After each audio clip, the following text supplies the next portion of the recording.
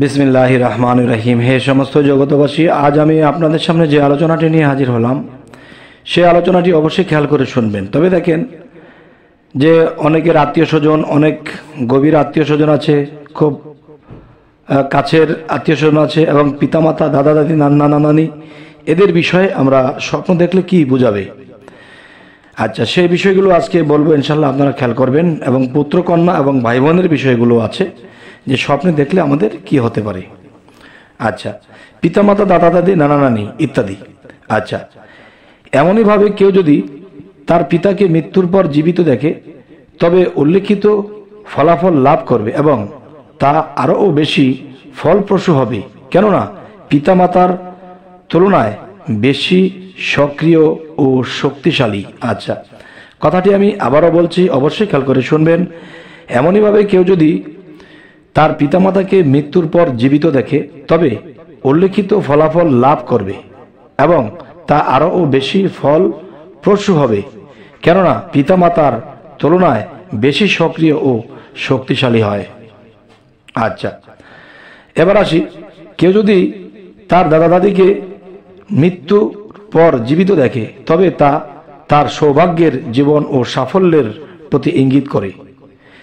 আচ্ছা, এ কথাটি অবশ্যই আমাদের খেয়াল রাখতে হবে। অবশ্যই অনেকের দাদা দাদি, নানা নানি মারা গিয়েছে, এদেরকে যদি স্বপ্নে দেখা হয় তাহলে অনেকেই অনেক মনে করে যে আমরা এদেরকে স্বপ্ন দেখেছি। কেন দেখেছেন আর দেখলে কি হয়, এই বিষয়গুলো অবশ্যই আমাদের জানা থাকা দরকার। তাই বলবো, যদি তার দাদা দাদিকে মৃত্যুর পর জীবিত দেখে তবে তা তার সৌভাগ্যের জীবন ও সাফল্যের প্রতি ইঙ্গিত করে।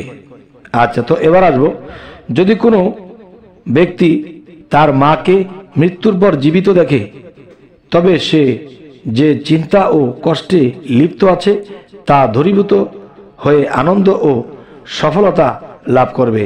সুবহানাল্লাহ। কথাটি আমি আবার বলছি, অবশ্যই খেয়াল করবেন। কেউ যদি তার মাকে মৃত্যুর পর জীবিত দেখে তবে সে যে চিন্তা ও কষ্টে লিপ্ত আছে তা দূরীভূত হয়ে আনন্দ ও সফলতা আসবে। আচ্ছা, তো এবার আসবো পুত্র কন্যা। কেউ যদি তার মৃত পুত্রকে জীবিত দেখে তবে এমন কি হতে পারে যে তার শত্রু হবে, যা সে ধারণাও করতে পারবে না। কথাটি আমি আবারও বলছি যেন বোঝার জন্য। কেউ যদি তার মৃত পুত্রকে জীবিত দেখে তবে এমন কি হতে তার শত্রু হবে, যা সে ধারণাও করতে পারবে না। আচ্ছা, এবার আসবো, কেউ যদি তার মৃত কন্যাকে জীবিত দেখে তবে দুঃখ কষ্ট দূর হবে এবং আনন্দ ও সফলতা লাভ করবে।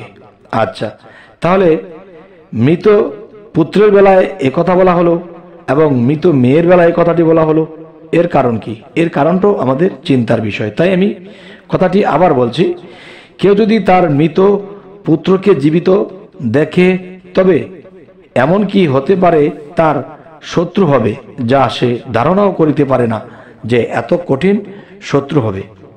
আচ্ছা, তো এবার কন্যার কথা বলা হলো যে সন্তান মৃতকে দেখলে, জীবিত দেখলে শত্রু হওয়ার সম্ভাবনা এবং ধারণাও করতে পারবে না, কিন্তু মেয়ের বেলা এটা কি বলা হলো বা কন্যার বেলা এটা কি বলা হলো? কেউ যদি তার মৃত কন্যাকে জীবিত দেখে তবে দুঃখ কষ্ট দূর হবে এবং আনন্দ ও সফলতা লাভ করবে। আচ্ছা, যাই হোক, এই জিনিসগুলো আল্লাহ যে মানুষদেরকে দেখায় অবশ্যই আমাদের আগাম খবর হিসেবে এই জিনিসগুলো দেখায়। অবশ্যই স্বপ্নের ব্যাখ্যা করে চললে আমরা সামনে ভালো থাকবো, আল্লাহর ইবাদত করতে পারবো, সুপথে থাকবো। আচ্ছা, এবার আসি যে ভাই বোন, এই ভাই বোন বিষয়টি, যদি কেউ তার মৃত বোনকে জীবিত দেখে তবে তার কোনো হারানো লোক বিদেশে হতে ফিরে আসবে এবং আনন্দ লাভ করবে। কথাটি অবশ্যই খেয়াল রাখবেন যে কারো কারো জীবনে এরকমটাই ঘটে থাকে যে কেউ যদি তার জীবনে এরকম স্বপ্নটা দেখে থাকে যে বোনকে জীবিত দেখে, নিজের বোন মৃত্যু হয়েছে, মৃত্যুর পরে আবার জীবিত দেখছে, তবে তার কোনো হারানো লোক বিদেশ হতে ফিরে আসবে এবং আনন্দ লাভ করবে। আচ্ছা, এই বিষয়ে আল্লাহ কি বললেন, আল্লাহ এর সাথ কি করলেন? যেহেতু আল্লাহ তাআলা এর সাথ ফরমান মুসার মা মুসার বোনকে বললেন, তুমি তার পিছে পিছে যাও, ফলে সে দূর হতে তাদের অজ্ঞতা সারে অপরিচিতা হয়ে থাকে, অপরিচিতা হয়ে তাকে দেখতে লাগলো। সূরা আল কাসাস আয়াত 11। আচ্ছা, এরপরের আলোচনাটি হলো, কেউ যদি তার মৃত ভাইকে জীবিত দেখে তবে দুর্বলতার পর শক্তি অর্জন করবে, যেহেতু আল্লাহ তাআলা ইরশাদ করেন, মুসা বলেন, আমার ভাই হারুনকে আমার সাহায্যকারী বানাও এবং তার মাধ্যমে আমার কাজে মজবুত করে দিন এবং তাকে আমার কাজ শরীক করেন। সূরা তোয়াহা আয়াত 30-31। হে সমস্ত জগতবাসী, আজকের যে আলোচনাটি করা হলো, এই আলোচনাটি যদি আমরা সবসময় মাথায় রাখি এবং বোঝার চেষ্টা করি তো ইনশাল্লাহ আমাদের সাফল্যের জীবন হবে। আর আমরা সাফল্যের জীবন বলতে কি বুঝবো?